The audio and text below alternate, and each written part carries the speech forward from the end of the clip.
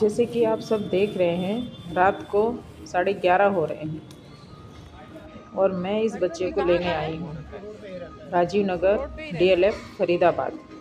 और इस बच्चे के दोनों पैरों की कंडीशन पूरी तरीके से ख़राब है और ये बच्चा अपने पैरों से तो चल ही नहीं सकता।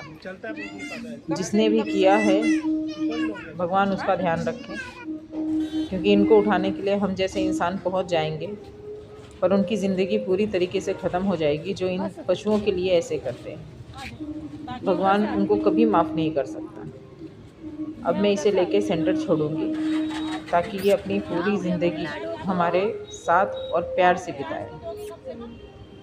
बस यही प्रार्थना है मेरी। प्लीज़ इन बच्चों का ध्यान रखें।